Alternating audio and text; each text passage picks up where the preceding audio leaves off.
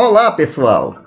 Vamos agora para a etapa final da nossa conversa de banco de dados relacionais, porque a partir da próxima aula nós faremos uma sequência de exercícios para tornar mais prática essa coisa de trabalhar com o projeto do banco de dados relacional. Neste momento da disciplina, a gente vai apresentar para vocês a parte da manipulação e definição de dados. Ou seja, a parte da DDL e DML implementada através, na prática, da linguagem SQL, mas nesse momento não usaremos ainda a linguagem SQL. Usaremos o embasamento da linguagem SQL que o banco relacional nos proporciona, que é exatamente a nossa álgebra relacional, que apresentaremos nesse momento agora a partir deste momento. A álgebra relacional é a teoria algébrica que serve de base para definições de DDL e DML para banco de dados relacionais. Ela é formada por operações sobre relações, manipulando dados, criando, alterando e afetando seus valores. Pode ser operação primitiva ou operação composta. Listaremos nessa aula as principais operações, as mais fundamentais da álgebra relacional. Existem várias outras operações compostas que são obtidas a partir da combinação dessas operações que nós vamos apresentar aqui, e até mesmo obtidas a partir da combinação das operações obtidas através das combinações iniciais. Então, existe operação composta de primeiro nível e de segundo nível, e até algumas mais avançadas. Mas, nesse caso, apresentaremos para vocês os ingredientes básicos, que são as operações mais primitivas, e fica a critério de vocês um estudo mais aprofundado do tema, pois nesse caso aqui, nesta disciplina ainda, nós temos apenas uma breve iniciação ao uso do banco de dados relacionais. Como eu já falei em aulas passadas, na grade do curso existe uma optativa chamada Banco de Dados Relacionais, onde esse estudo da álgebra fica mais avançado, as operações ficam mais detalhadas para você, certo? É uma coisa mais a título de aprofundamento no tema. Então, nesse momento agora, a gente vai trabalhar com algumas operações primitivas e as principais do nosso banco de dados relacional. Por enquanto, ainda lembrando que trabalharemos exercícios via respostas manuscritas, pois somente na próxima unidade apresentaremos ferramentas de projeto e execução de projeto de banco de dados relacionais. Porque mesmo tendo só um conhecimento primitivo, um conhecimento inicial do assunto, a gente tem condição de desenvolver uns projetinhos bem interessantes já de banco de dados a partir da nossa próxima unidade, que será a nossa terceira unidade. Então, ao final dessa unidade aqui, nós também combinaremos uma atividade avaliativa valendo nota. Isso aí vai acontecer via SIGA, e lá a gente vai conversar melhor sobre essa segunda atividade valendo nota que fechará com esse assunto do vídeo atual, ok? Os próximos vídeos, lembrando, serão de exercício, né? Farei 1 ou 2 vídeos de exercício para a gente poder ficar realmente afinado para uma atividade avaliativa valendo nota, ok? Então, nossa primeira ideia é manipular dados nessa base algébrica. Essa base algébrica serviu de inspiração, ou serviu de teoria básica para a IBM propor a linguagem SQL para manipular e projetar e manipular e definir os dados de seu banco de dados de DB2, né? Structured Query Language é a linguagem SQL, que a princípio chegou a ser chamada de SQL pela IBM, mas quando ela foi aceita como padrão para todos os bancos de dados relacionais, viram que SQL não era um nome legal, que tinha alguns países, inclusive de língua latina como o nosso, né, de origem latina, que SQL remete a uma coisa ruim, né, remete a sequela, coisa parecida com isso. Então, de repente, essa linguagem foi renomeada para uma sigla chamada SQL, né? Então, a ideia fez tanto sucesso que essa linguagem se tornou o padrão do modelo relacional, né? E vamos ver agora as operações mais importantes dessa linguagem, primeiramente na forma algébrica. Mais tarde, na evolução do curso, a gente vai mapear isso para a famosa linguagem que você vai executar lá no banco de dados, que a gente vai mostrar na próxima unidade. Então, a primeira operação é a de seleção.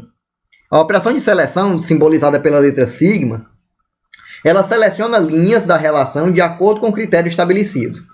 Então eu digo assim, selecione, aí quando eu coloco lá no lugar de relação, eu coloco, por exemplo, alunos, e o critério eu boto o código do curso igual a 20. Então eu quero todos os alunos cujo código do curso esteja cadastrado igual a 20. Aí vai listar na tela todos os dados de todos os alunos, linha por linha, né? Cada linha para cada aluno, mostrando o resultado desta seleção dentro daquela relação. Então, se a relação for de todos os alunos e o critério for o curso igual a código 20, eu terei listado na tela todos os dados de todos os alunos cujo curso é código igual a 20. Nessas operações que exigem critério, como a relação é uma delas, né, os operadores lógicos são aceitos. As construções lógicas que vocês aprenderam lá em Introdução à Lógica são aceitas. Ou seja, você pode usar conectivos e, ou, not, igual, diferente, e por aí vai, tá certo? Você pode botar, já que está escrevendo mesmo, né? A simbologia que você usar que for amplamente aceita para o i, para o ou, você pode usar aquela simbologiazinha matemática, escrever a letrinha E mesmo, ou as letrinhas O, U, né? Botar não por extenso, ou botar o tiozinho indicando não, né? O símbolo de tio, né? Colocar o símbolo de igual, o símbolo de diferente. Como você está fazendo de forma manuscrita, tá de boa. Não precisa você amarrar na sintaxe da linguagem C ou de qualquer outra linguagem de programação que você conheça. Ok? Então, nesse caso, esses critérios poderão ser criados também amarrando, por exemplo, o valor de um campo e o valor de outro campo, o valor de um campo ou o valor do outro campo, o valor do campo maior do que determinado número, ou seja lá o que for lá o conteúdo dele, certo? Então, a nossa seleção vai fazer esse tipo de operação. Vai na tabela, vai na relação e seleciona todos os dados que obedeçam o critério que você citar aqui no subscrito do comando. Ok? Então, nós temos aqui um exemplo, considerando a tabela de alunos, onde você vai ter matrícula como chave primária e código do curso como chave estrangeira. Ela está relacionada com outra tabela que detalha o que é que significa cada um desse código de curso aí. Curso de, sei lá, informática, enfermagem, ou seja lá o que for, tá certo? Temos aqui o nome do aluno, de cada aluno, temos aqui o endereço de cada aluno, o telefone de cada aluno, e por aí vai. Se eu fizer uma operação de seleção cujo aluno tenha nome igual a Aline Maria, você vai ver que alunos.nome igual ao nome que eu quero na tabela de alunos vai me retornar esta linha aqui unicamente. Porém, se eu selecionar, conforme eu mostrei na tabela passada, no slide passado, um código de curso desses aqui, se eu selecionar o 01, por exemplo, que tem 2 alunos matriculados no curso 01, eu terei essas duas linhas aqui listadas nesse resultado aqui final. Então, dependendo do campo que eu usar na minha operação, dependendo do valor que eu colocar para fazer esse batimento lá na tabela, eu terei uma resposta diferente. Ok? Uma outra operação seria a operação de projeção, simbolizada pela letra grega π. Essa operação ela é bem interessante, ela geralmente é usada em conjunto com a seleção, porque ela recorta a sua tabela, ou seja, ela mostra verticalmente as colunas que você seleciona. Então você bota o símbolo da projeção, lista aqui no subscrito uma coluna ou várias colunas separadas por vírgula e cita aqui o nome da relação que você quer trabalhar. Então, naquela tabela de alunos que tem lá, se eu quiser só o nome e o telefone da casa do aluno, eu coloco projeção, nome, vírgula, telefone, alunos. Aí ele vai listar o nome e o telefone de todo mundo. Isso aí pode ser interessante quando? Vamos supor que eu queira fazer um relatório, uma lista de frequência, onde o nome vai estar listado ali e o aluno assina do lado. Uma lista de votação, né, para alguém que foi votar para diretor da escola. Então, eu posso projetar o nome dos alunos e fazer isso num relatório, né? E desenhar uma linha ao lado do nome de cada um. Aí, em cada linha do meu relatório no papel, vai sair o nome de uma pessoa com a linhazinha do lado para que ela possa assinar ali uma frequência, assinar que compareceu a uma votação ou algo parecido com isso, certo? Então seria essa uma maneira de você listar todo o conteúdo vertical de uma tabela, né? O valor de um atributo, o valor de um campo da tabela. E quando eu uso junto com a seleção? Digamos que naquele critério lá que eu selecionei determinado aluno do curso, eu não queira listar todos os dados do aluno, CPF, telefone, tal, matrícula. Eu quero só o nome e o e-mail desse aluno. Aí eu posso botar nome, e-mail, ou nome e telefone, que seja. E no lugar da relação, eu coloco aqui uma seleção com o critério do nome do indivíduo que eu quero. Aí, finalmente, dentro da seleção é que eu cito o nome da tabela, o nome da relação. Aí, o que é que o sistema vai fazer, o de banco de dados? Ele vai interpretar primeiro a operação mais interna do parênteses, que nem na matemática, é uma operação algébrica, afinal de contas, né? Então, ele vai dentro da operação mais interna, que é a seleção, e seleciona aquele aluno.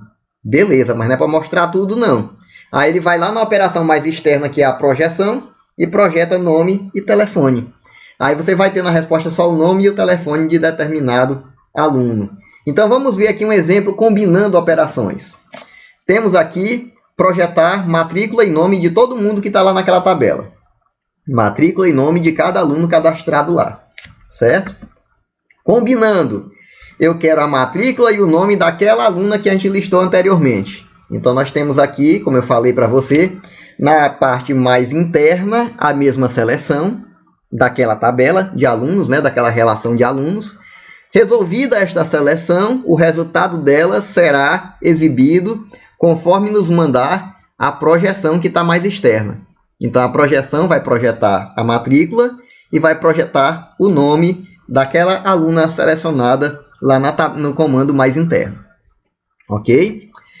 Uma outra operação bem legal, bem interessante, que nos remete ao tempo da professora de matemática lá do pré-escolar, é o produto cartesiano, né? Você deve lembrar daquele tempo da escolinha, onde desenhava lá um diagrama de Venn aqui cheio de ursinho, cheio de estrelinha, sei lá, e outro diagrama de Venn aqui do lado com alguns outros objetos dentro, né? Digamos que eles botassem aqui foguetinho e estrelinha aqui do lado na sua tarefa de casa, no seu dever de casa. Aí a professora dizia, faça o produto cartesiano dessa galera aí, desse pessoal aí, desses elementos.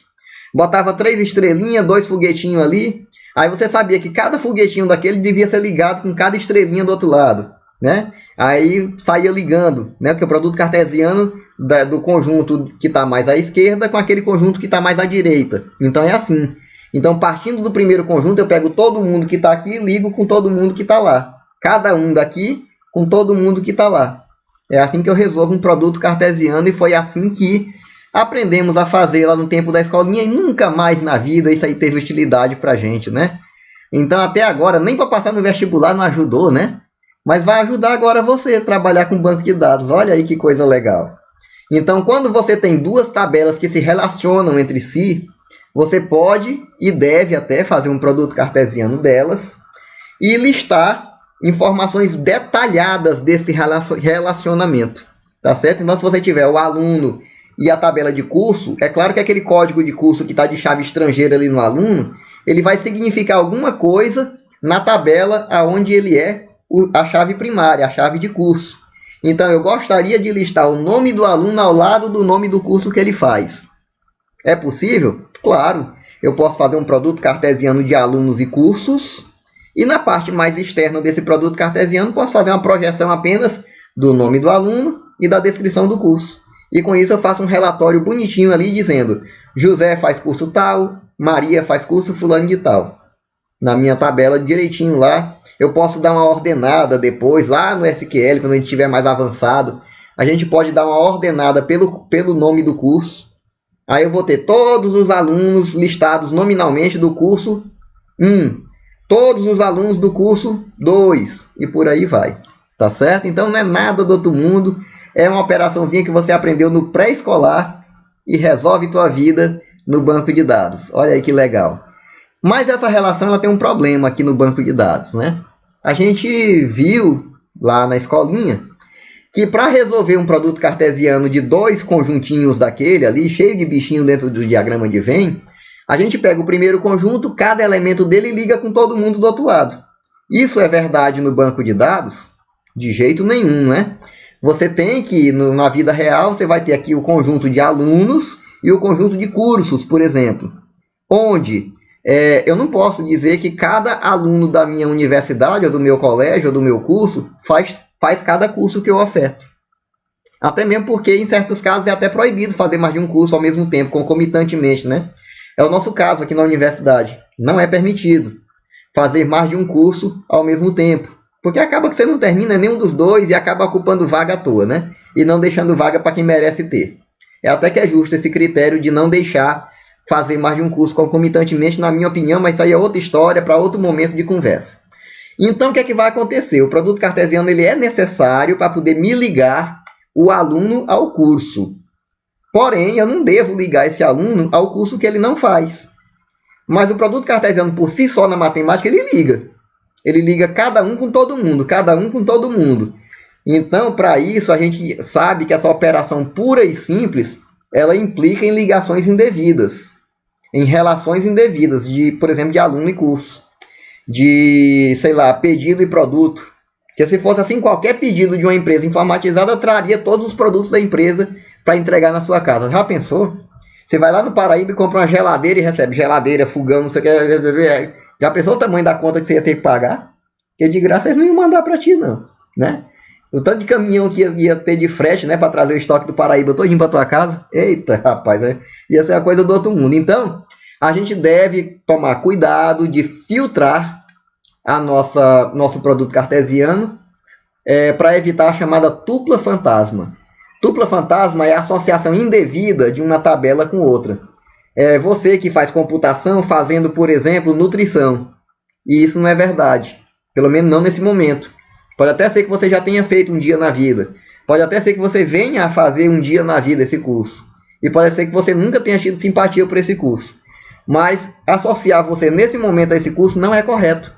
Você está fazendo computação e somente computação nesse momento. Então, para isso, a gente usa, junto do produto cartesiano, uma seleção. Onde a gente bota nessa seleção que a chave estrangeira dessa primeira tabela tem que ficar igual à chave primária da outra tabela. Pronto.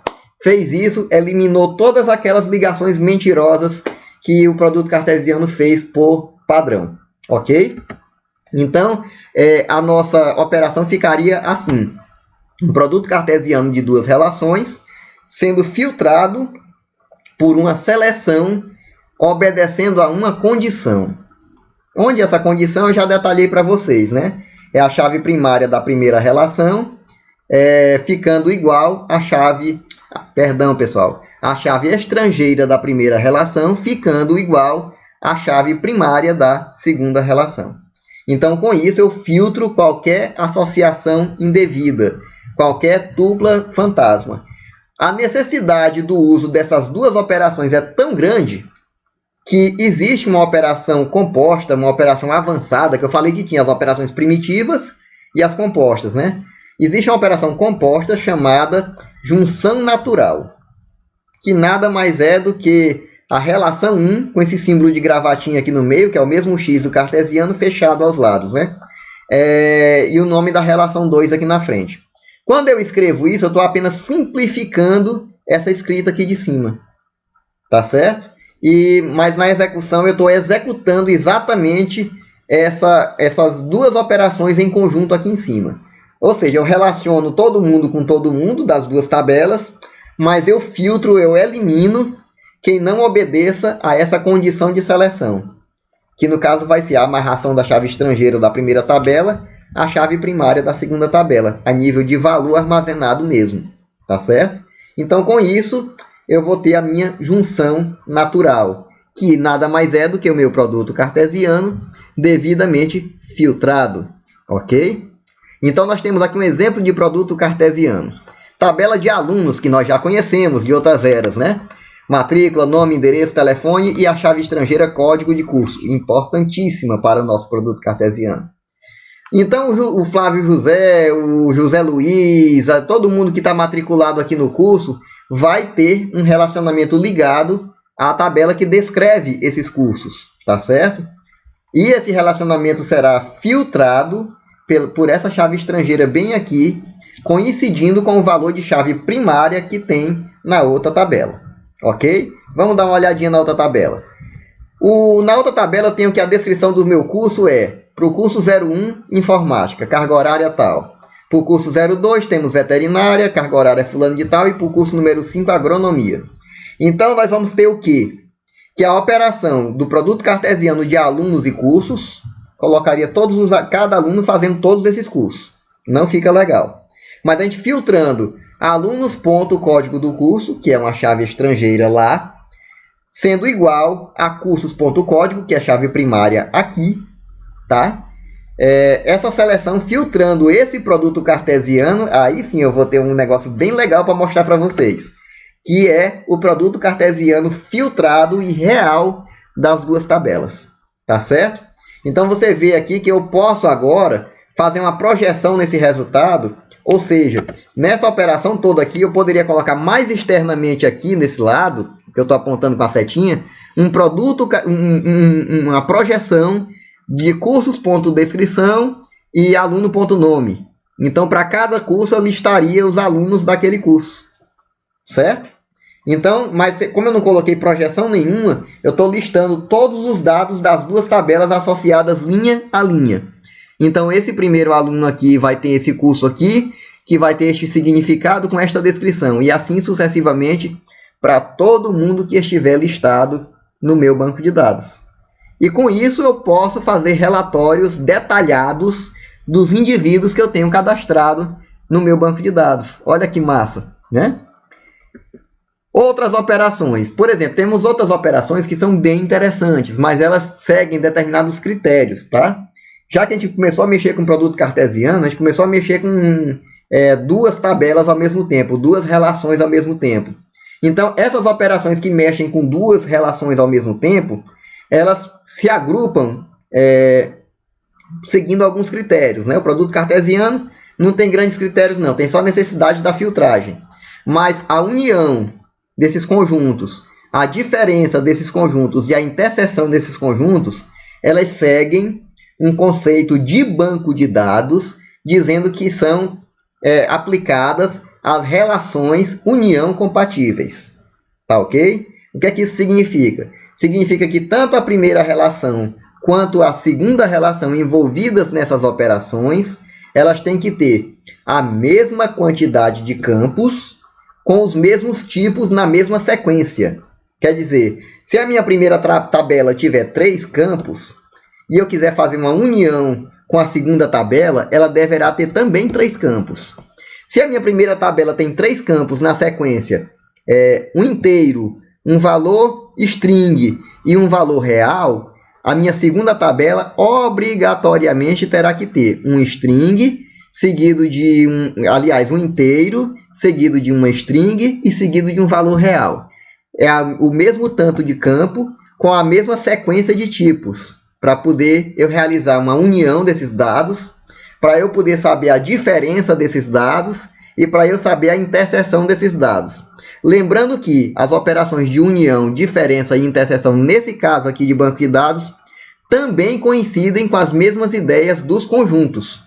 Então, da mesma forma que no tempo da escolinha você também aprendeu a fazer união de conjuntos, a união do conjunto de 3 estrelinhas com 4 solzinhos. Aí você vai fazer lá 7 objetozinhos lá misturados lá no próximo diagrama, né? A diferença de um conjunto com o outro é o que tem num conjunto e não tem no outro, né? Aí você vai mostrar só o elemento que está no um, mas não está no outro.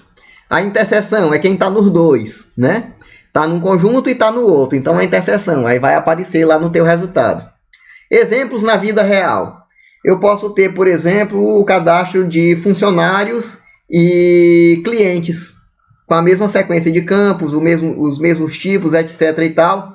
Aí eu posso perguntar para o sistema, vem cá, sistema, eu quero listar todas as pessoas que eu cadastrei no meu sistema, aqui nos meus dados. Eu faço uma união.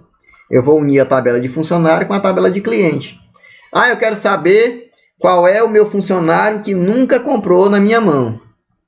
Aí eu faço a diferença de cliente para funcionário. Aí eu vou ver quem é meu cliente, mas não é meu funcionário. Aliás, perdão, contrário, funcionário para cliente. Aí eu vou ver qual é o funcionário que é também meu cliente, né? Então a gente vai ter a diferença. Ou então o funcionário que não é meu cliente, que seria a pergunta que eu fiz no início, né? Eu acabei fazendo uma baita da confusão. Então, se eu pegar funcionário menos cliente, nesse caso, eu vou saber qual é o funcionário que não está listado entre meus clientes, né? E por aí vai. E o contrário, né? Qual é o funcionário que também é cliente? Eu vejo a interseção. Também é uma operação um sistema bem clássico que é listado na literatura com essas 3 operações, é o sistema bancário. Eu posso ter lá o cliente que tem conta poupança e conta corrente, num banco qualquer, né? Aí a conta poupança tem uma finalidade lá, ela tem uma característica própria, que é um rendimento que é pago mês a mês, né, para aquela aplicação. Já a conta corrente, ela tem uma outra característica própria, que é o limite do cheque especial. Ou seja, você gasta tudo que tem nela e entra naquele limite ali, que é aquele seu velho amigo que lhe empresta dinheiro todo mês, pagando aquele belo juro lá que você paga todo mês, né? Quem é pai de família sabe disso. Então, você pode muito bem dizer quem é o cliente que tem conta corrente, mas não tem poupança. Aí eu posso fazer a diferença se essas tabelas forem união compatíveis. Então, no meu banco de dados do meu banco, instituição financeira, né, eu posso pegar o pessoal da conta corrente menos o pessoal da poupança e vou obter aquele pessoal que tem só conta corrente, não tem conta poupança. Aí eu quero saber todo mundo junto, união. Eu quero saber quem tem as duas coisas, né? O cara que é prevenido, ele tem a continha corrente dele para receber o salário, pagar as continhas dele, mas ele também guarda um pouquinho na poupança para aquele dia mais difícil. Interseção, tá certo? Então o pessoal lá sabe facinho descobrir quem tem isso, quem tem aquilo, quem não tem isso, quem não tem aquilo, tá? Isso aí dá para você fazer na álgebra relacional, consequentemente mais tarde você evolui isso aí para comandos de SQL e descobre lá no seu banco essas informações lá no seu oráculo de dados, digamos assim. Algumas operações de união compatíveis. Aí tem funcionário e cliente, conforme eu já falei para vocês, né? E que esses conceitos são associados aos conhecimentos de conjuntos que a gente já tem desde a nossa infância, né? Então, a interseção, a união, a diferença é o mesmo comportamento da interseção de conjuntos, união de conjuntos e diferença de conjuntos. Sendo que aqui somos obrigados a que nossas tabelas tenham a mesma quantidade de campos com a mesma sequência de tipos, tá certo? Não precisa ter a mesma quantidade de registros, que aí também é demais, né? Mas a mesma quantidade de campos e a mesma sequência de campos, de tipo de campos, é obrigado a ter sim. Então nós temos aqui um exemplo de clientes e funcionários, né?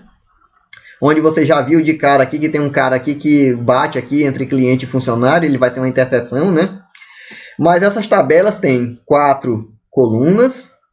Essas colunas têm a mesma sequência de tipos também, né? Numérico, alfanumérico, telefone e e-mail, né? Que é alfanumérico também. Numérico, alfanumérico, telefone e alfanumérico. O telefone também é um tipo alfanumérico, né? Que tem um tracinho no meio ali que faz parte da chamada máscara do número do telefone. Isso aí é detalhe de programação, é detalhe de engenharia de software. Então, os resultados de cliente, interseção, funcionário é o José. Então, José está nos dois casos. O resultado de cliente menos funcionário, quem é meu cliente, mas não é meu funcionário? É a Maria. Então, você vê que a Maria é minha cliente, mas não é minha funcionária. Eu não posso diminuir nada no salário dela. Eu só posso esperar receber dela, já que ela é minha cliente, né? E o cliente unido com o funcionário, eu vou ter todo mundo misturado, né? Eu vou ter o José, a Maria, o Lucas, todo mundo junto no resultado desta união, tá certo? Então, na nossa próxima unidade, depois que passarmos essa etapa de exercícios e avaliação, a gente vai ver como é que a gente joga esses comandos de álgebra relacional na linguagem SQL. Aí você vai ter um SGBDzinho instalado no seu computador, assim espero, conforme orientado em nosso material, e vai estar funcionando, você vai estar com os dados criados lá para brincar de alguma coisa. E também faremos também uma avaliação em cima disso, né? Você vai desenvolver um estudo de caso e me mandar tudo que você conseguiu fazer em cima desse seu estudo de caso, né? Um textozinho descrevendo lá a situação que você imaginou, as tabelas que você modelou, a normalização que você aplicou, até que forma normal foi, os diagramas feitos na ferramenta de fazer diagrama que a gente vai apresentar na terceira unidade, e os comandos que você usou lá no SQL para criar tabela, para colocar dado na tabela e tal. Ok? Então, nas próximas aulas, na próxima aula a gente vai fazer um exercício mostrando no geral essas coisas que a gente listou aqui para você, tá certo? E em breve faremos nossa segunda avaliação, né? Colocaremos lá no Siga a segunda atividade valendo nota, onde você vai me responder uma avaliação, mandar para mim a resposta, ok? E vamos iniciar em breve, logo após a segunda avaliação, a nossa terceira unidade, que é a parte prática da coisa, é botar a mão na massa. Quer dizer, já vamos começar a botar a mão na massa no próximo vídeo, fazendo exercício. E espero que, em breve, a gente já comece a terceira unidade para que a gente possa concluir com sucesso essa nossa disciplina. Obrigado por ter assistido e qualquer coisa estamos disponíveis nos nossos canais de comunicação.